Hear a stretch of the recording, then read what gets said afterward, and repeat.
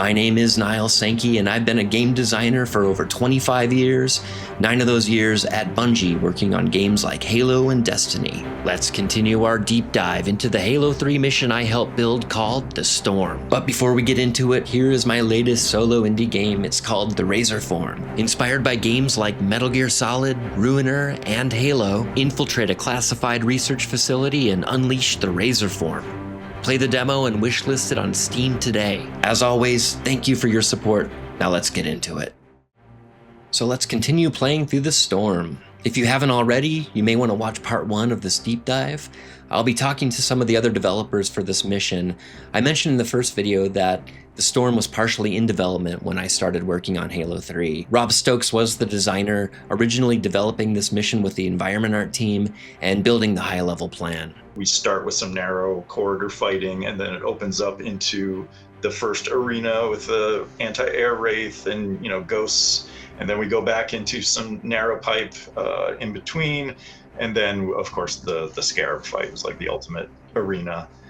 So let's pick up where we left off. Last video we ended here at the end of Lake Bede, and so we're going to move into another one of these interiors. You'll notice this space is identical to the previous space. Environments are very expensive to develop. They just take a lot of time. The level design takes a lot of time and effort, and then a big part of the cost is the detailing, the artistic detailing that happens. It becomes very expensive. Conversely, building encounters and scripting encounters is relatively cheap. It's pretty quick to actually lay down an encounter. A lot of times we'll try out multiple different encounters to get one that feels right. And so developers are always looking for clever ways to reuse areas. And obviously, sometimes that reuse is clever and sometimes it's not so clever. My job as a mission designer is to try to build encounters that ultimately don't feel like a duplicate experience, because that's really what's most important, right? You can have a duplicate space, but as long as you don't have a duplicate experience, I think it works really well. So I basically use an inverted encounter footprint. In the first factory arms, you enter the space and it's quiet. And if the player moves in here to these back halls, they get some environmental storytelling, and it's all about the tension and build up. Where in the second time we play through, it's inverted. Instead of having an empty space, well, now there's actually a reasonably challenging encounter. It's increasing the tension, increasing the stakes, increasing the difficulty, while at the same time, we utilize the environment in a completely different way. And then all these layers and cover elements that may otherwise be thought of as just sort of a generic industrial factory, which is what this is essentially. But we take a lot of these elements and we think about the way we can design a space, and it suggests a lot of possibilities. And it allows the scripter a lot of flexibility in terms of how he wants to structure the encounter and what kind of tasks and hierarchy he gives to the AI. And then moving through these doors, again with the theme of an inverted encounter footprint, where the first time you come through here, it's a pretty big, a decent size encounter. Here you come in and it's quiet, and then, maybe a little too quiet, and then you look up and the buggers show up and they drop in from above here.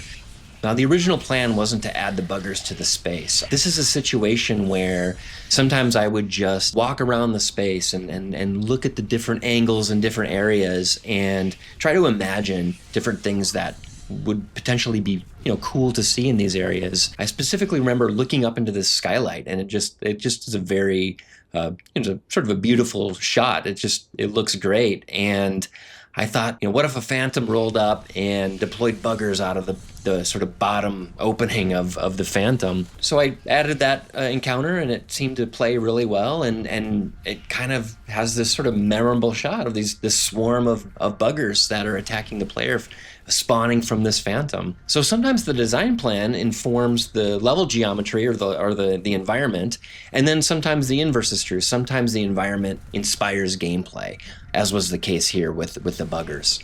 So let's continue on. So the first time in this space, we had a pretty big encounter happen here, and then this time, we have instead this Cortana vision. Now, regarding these sequences, Maybe I'll talk about this more in another video about why these aren't so great and what we could have done to improve upon them. But in any case, this was maybe a situation, a feature where we were trying to deliver the Cortana story to the player whenever there was a little bit of downtime, and maybe it didn't work so well, and I'll maybe talk about it more later. So let's keep moving here. And then we get to one of my favorite things that I had contributed to the Halo games, and that's the Mongoose encounter. So yeah, the Mongooses, the Mongoose, what's the plural? Is it the Mongai? Let's call them the ATVs. I remember as a fan of Halo 2, I remember there was either some screenshots, maybe some promotional screenshots that were showing the ATV vehicle that was going to be featured, I think, in Halo 2. I remember seeing these things, and for some reason, I don't know what it was, but this idea of having these ATVs that you could drive around through the worlds of Halo just sounded so cool to me. And then I remember I was very disappointed to learn that the Mongoose, the ATVs, did not make the cut. So when I joined Halo 3, I had a mission, so to speak, to put these things in the game in a very compelling way. I had been working on the Storm for probably a couple months or whatever, and decided I think I'm gonna put these into the game and see if we can make them fun. Now, I don't remember when, but I decided to put these rocket launcher Marines on the back of the Mongoose and just try that out. And I don't remember if there was 4 of them to begin with. Obviously there's 4 because of the 4-player co-op, but initially I probably just put a rocket launcher guy in the back, and I think it was instantly an amazing experience. And that, I mean, how could it not be, right? You have a rocket launcher guy in the back of an ATV. It's bound to be something special, right? The only other memory I have is the Mongoose flipping over all the time, and a lot of back and forth with Eamon McKenzie trying to get the physics of that to feel right. Yeah, I wonder if that was solved. I had the idea of the rocket launchers on the back of the Mongoose, and it worked out great, even though it's kind of ridiculous. But it's great in a Halo sort of way. But I can't remember if the physics were solved by that point, or that was a forcing function to get the Mongoose. I think it was a forcing function, because I do remember when you pitched that and proposed that, I thought it was going to be crazy awesome, and I'm sure others felt the same and made sure to get, because we needed the Mongoose to be good to drive anyway, and this was like a featured encounter for it. So like, if we had not had this encounter, if there hadn't been something to really showcase it early on in the game, I could very easily have seen the Mongoose getting cut. And again, so much of the fun of these spaces is should be credited to Mike Zack, the level designer / artist that built the geometry for this space. I remember these ramps specifically, that these small little ramps that circle around these towers were particularly challenging for Mike Zack to get right, so that players could make that jump. I mean, as an architect, I'm just driving the Warthog constantly in a space and taking all the jumps and tuning everything so that even if there's no one shooting at me, it's still fun to just tool around and have fun with the physics. There's basically 2 principal artists who worked on this. I was one of them, and another artist named Frank Capizzuto, who did most of what is pretty about this level, including all the concept art you're going to see. This sort of future boat studies. This game takes place in 25 something, so we always futurify things a little bit, and that's ultimately the concept that we went with, and then cleaved it in half. And then a small detail I just want to point out here that I'm kind of proud of, and that is the Mongoose driving out of these Pelicans. Now, obviously since Halo 1, we've seen the Pelican drop off vehicles like the Warthog, but it didn't quite work with putting the Mongoose sort of in that typical Warthog attach point. So instead, it took a little bit of experimentation, but I was able to get the ATVs driving out of the Pelican's cargo bay. And the way I do this is that I spawn these Mongoose and their drivers inside the Pelican, but then I add a velocity impulse that just sort of pushes the vehicle out of the Pelican, and then that creates the illusion that the driver is sort of hitting the accelerator and driving out of the Pelican. And anyway, I think it works pretty cool. Small detail, but I was pretty happy with how it turned out. Okay, and then we have the big set piece, which is the Scarab. And here he comes. This is the first time we see the Scarab. Now, I guess by chance, was assigned 3 out of the 4 Scarab encounters in Halo 3. There's one in this mission, the Storm. There's one in the Ark. And then there is 2 in the Covenant mission. And the Covenant mission is the other mission that I did for Halo 3. And so there's 2 Scarabs there, and with this one, that's 3 out of the 4 Scarabs that I was responsible for scripting. And so this was not only the first Scarab encounter that the player experiences, but it was the first Scarab encounter that we built for the game. And this space was the test bed for this feature for the Scarab. And I had mentioned in the previous video that a lot of this mission was kind of planned out, and some of the spaces were built to a very rough extent. There was just very basic geometry. Now, this was the last space that was roughed out when I first started the mission, and it was always intended that this was going to be the Scarab encounter, the introduction to the Scarab. And then, if I remember correctly, these cranes were already established as part of the Scarab gameplay when I took over the mission, when I first started working on this mission. So anyway, I just carried that torch forward, and it's kind of a cool introduction, and it's probably the most intentional way that we have the player engaging with the Scarab, right? You go up these elevators, and then you jump on the Scarab. And so what I did as a mission designer is the player goes up the elevator and they enter a trigger volume, and that trigger volume sends a signal to the Scarab. We send a command script to the Scarab, and if you want to know more about what command scripts are and how they worked with the AI, you can watch the first video that I did. I talk about command scripts, but basically we just tell the Scarab, go to this point, face this direction, and then wait there for some condition to be met. It's a little bit contrived that this is the way it works, but it works, and it brings the Scarab right to where the player can jump on them, and it works good for an introduction to the Scarab. And then of course there's plenty of other ways to engage with the Scarab, and that's something that during the development of Halo 3, while working on the Scarabs, it's just something that kind of organically came to fruition. Like it was always Jamie's intention to have this thing to be fully part of the sandbox, and that's why it has, the weak points on its legs. It can be shot at with the vehicles, and then slowly just other elements started to coalesce that allowed the player to engage with the Scarab. So it was never planned to have these ATVs with the Marines with the rocket launchers, but that just happened to work really well, right? I mean, the Marines will shoot the rockets, and you want some beefy weapons hitting those weak points on the Scarab's joints, on its knees, or whatever those are. And so that just naturally evolved and worked really well. And then I think later in development, as we would play these encounters over and over again, I decided to put in, and I think it was my idea, but it could have been another developer's idea at Bungie, to put in these missile pods. And I remember putting them in the Scarab encounter because, it's a backup plan for the player, right? If they don't find the cranes, or their Mongoose get destroyed, or they run out of other options, it's something else that they can come across, similar to the sniper rifle that was placed in the first lake bed.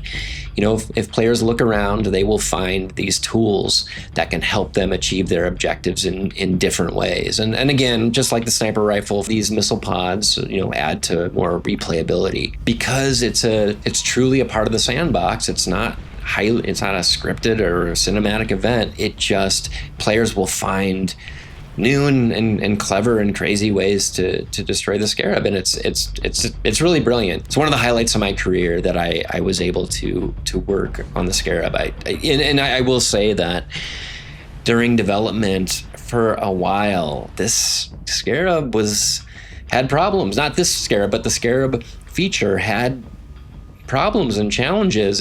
It was a very difficult feature to implement, and I think they pulled off sort of a minor miracle with this feature, and it was great. Let's blow up the Scarab and destroy the back here and destroy its weak spot. Let's jump off, and we give the player a little bit of time, and we get this beautiful explosion. Great effect, great exclamation point to this encounter. Yeah, the Scarab really is a great example of a feature that only came together because you had this very talented set of developers with very diverse skill sets. You had programmers, animators, 3D and effects artists working together in Unity to deliver this. It was an honor to be a part of that process.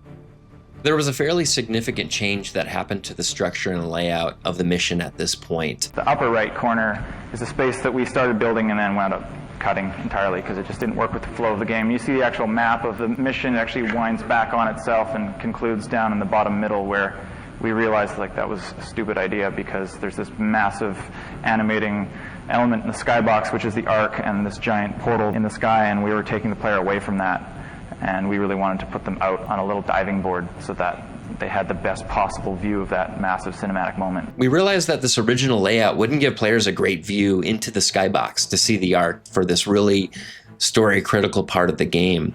This is the point where the arc opens up, the portal opens up, and you really want the climax of this mission to overlook this amazing skybox as much as possible, and the current layout just was not going to allow this to happen. So anyway, I worked with Mike Zach and we came up with a new layout, and that ended up being the final layout for the game. And then this layout change also had a secondary effect where it allowed us to show players the Covenant anti-air gun when they first enter the second lake bed here. Now this anti-air gun is actually a fake version of the gun, since that part of the mission is not technically loaded yet, but it's roughly the correct location spatially.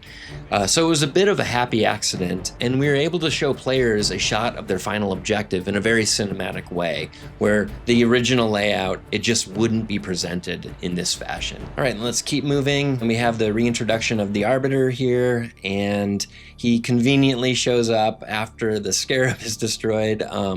This is obviously intentional. The Scarab sequence is going to work better in a single player context without the Arbiter, so we just conveniently have him show up right after the Scarab's destroyed. But anyway, he's here again with us, and then let's move into the next section. And the whole purpose of this area is, I guess, twofold. One is we want to bring the pacing back down. We want to give the player a breather after this big encounter. You need your ebbs and flows to the pacing. And then it gives us another opportunity to do a little storytelling and world building. Again, we have this Cortana sequence that happens here.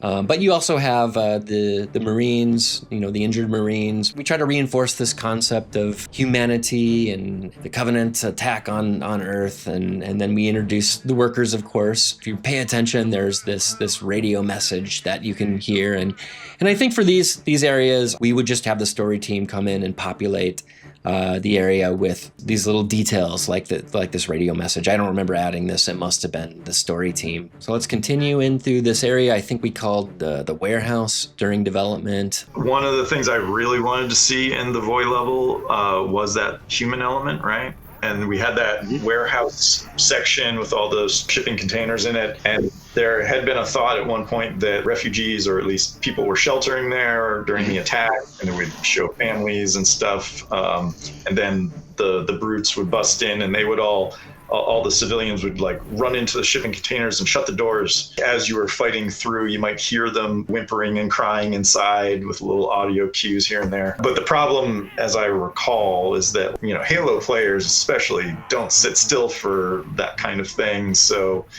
it would have been a lot of effort that would have largely gone to waste. But in the end, you guys still did get human workers who joined in the fight. Little dudes in hard hats are in there. So I got a little bit of the average Joe in danger Master Chief to the rescue. Up until this point in the mission, most of the squads that you saw were your standard grunts and jackals and brutes. But in this case, I decided it'd be nice to just change things up a little bit, and so I went with brutes only here. And it also works really well in that the brutes are great at brutalizing the civilian population, and I think we just reused animations and vignettes from earlier in the game, and we try to just reuse them without overusing them, of course. And then we have the hunter introduction, trying to keep things varied and different, and this is a good spot to show the hunters. And I sort of added these explosive crates, fusion coils, I guess they're called, and then used command scripts to have the workers run from the outside, and then of course the hunters are command scripted to just shoot at these fusion coils, and it creates this, these pyrotechnics. So this was one of the first spaces that I had actually started working from a level design perspective. From here on out, the mission was not built yet, so I took over here. Most of the level geometry had to be edited in 3D Studio Max. We could use that as the designer, but typically we stuck to the Sapien level editor. And in this case, I believe these Traxxas cargo containers and a lot of the crates, I think we could move around, or at least at one point, I was able to move these around and get the level layout that I kind of wanted, and then hand it off to Frank, and he would detail it up and make it look good. So let's keep moving, and here we see the first Hammer Chieftain in the storm, and he's one of the higher level enemies that we try to, of course, save for specific moments. We don't want to overuse these guys. They're sort of little accents or exclamation points. And you'll notice something I like to do is when it comes to these major enemies, if possible, I like to elevate them and put them in a position that, one, makes them feel a little bit more dominant by placing them higher up at a higher level than the player, and they visually become a centerpiece or a focal point to the encounter. So the workers, they were just basically marine AI, but we gave them their own mesh. They're the worker mesh with their own variants, but they operate the same way as the Marines, right? They have the same functional AI, and we script them the same way as the Marines, and we just give them, I think we give them pistols. You want to be able to trade weapons with them, and the player, of course, can create this sort of little civilian revolution where you hand the workers your heavy weapons, and again, they operate just like the Marines, but because they look like the workers, it feels more like you're sort of the Master Chief. You're the hero that is, to a small extent, leading a small revolution, I guess, against the Covenant in this area. And as we round the corner, we finally get our first proper view of this Covenant anti-air cannon, and kind of a cool sequence here where you see it shoot down this longsword. Now, initially, this thing wasn't really shooting anything down, or it was just blindly shooting at the air. I mean, that's what it does right now. It just blindly shoots at random points in the sky. But at some point in development, I remember we were out at the local dive bar down the street from Bungie, and this sort of thing happened quite a bit. We would, just generally talk about everything. We would talk about, mostly, talk about work, what's cool, what's not so cool, what are we frustrated about, all that sort of good talk that you have, when you have a few drinks. And I was talking to Chris Barrett, who was one of the environment art leads, and he was also one of my favorite people to talk to in terms of just talking cool ideas. Chris was great. And anyway, we were talking about this mission. Yeah, he wasn't really that happy with either what this gun looked like, or maybe it was just that he felt it didn't seem very powerful, or it didn't seem like it was doing anything, which he was kind of right. But he said it'd be cooler if it actually shot something down, shot down a UNSC, ship or something. And I said, oh yeah, that's actually a really good idea.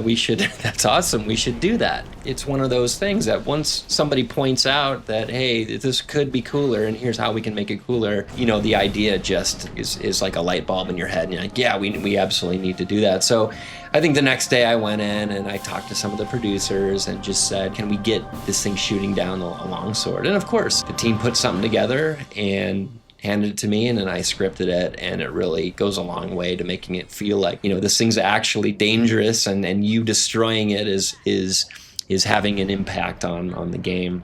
Okay, and here we have the Covenant anti-air gun encounter. This is the final encounter of the mission. We previously had the player fighting the Scarab, and so much of our time and resource went into that fight, but we still wanted to deliver something memorable at the end of the mission. And this is the final objective, and we have a major story moment coming here, so we wanted to give the players something memorable here to fight. So I spent a little time coming up with this mechanic of the gun and the venting mechanism that exists underneath the gun, and sort of a time thing. Now, the original plan was to, incentivize the players to engage with this weak point in the gun while they fought the Covenant squads. I tend to think that most players kill the squads first and then, sort of shoot this little venting ball that comes down, and it doesn't quite play out like I was originally imagining, but it's kind of cool to see the workers and the Marines shoot this thing with you, I guess. And I'd say it generally works. Of course, since we did this redesign of the mission, you just have this great vantage point into the skybox that sets us up really well for this final encounter and the transition into the cutscene. Your boss battle here was just a very large-scale encounter, and that is what I think Halo does best. Any of our attempts to do like one-on-one fights generally kind of suck. The anti-aircraft gun encounter was just fighting a bunch of brutes and grunts and jackholes, and we know that works. It's fun, and at that scale, when there's that many guys running around, and you have all the army of allies at your back, like, that's epic. All right, so then let's destroy the Covenant AA gun, complete our objective, and that'll trigger the cutscene for the end of the mission. We'll let this play. We'll get some good Marty music in the background here. People probably know the cinematic is a reimagination, I guess you could say, of the E3, I think, reveal for Halo 3, with the cinematic of the Chief walking through the rubble, and then he shows up to see the Ark, and the portal opens, and the original reveal, and it says Halo 3, and it was the big announcement. But obviously we had to sort of imagine or rebuild this for the proper context. When I first started working there, they were just finishing that E3 reveal for the game. That was like maybe a month or two after I showed up, or I started working. And so that was kind of my introduction to being at the company, was seeing this E3 reveal, and then going to E3 and being a part of that, which was amazing. At the time that E3 reveal cinematic was shot or built, most of the Storm wasn't really built, or half of it was built, and we still hadn't redesigned this latter half of the mission. So obviously, I think it was always intended that they would redo that cinematic with whatever happened at the end of the Storm. So, and it worked out pretty well, right? In the E3 reveal, you're on the edge of a cliff, and that's how we ended this mission. It was a fairly straightforward reimagination of that cinematic, which was good. That's going to wrap up this deep dive into the mission design of the Storm. And as always, if you have any questions or thoughts or memories, please drop them in the comments. I always love reading through the comments, and I'll try to reply to as many questions as I can. Thank you again, and I'll see you next time.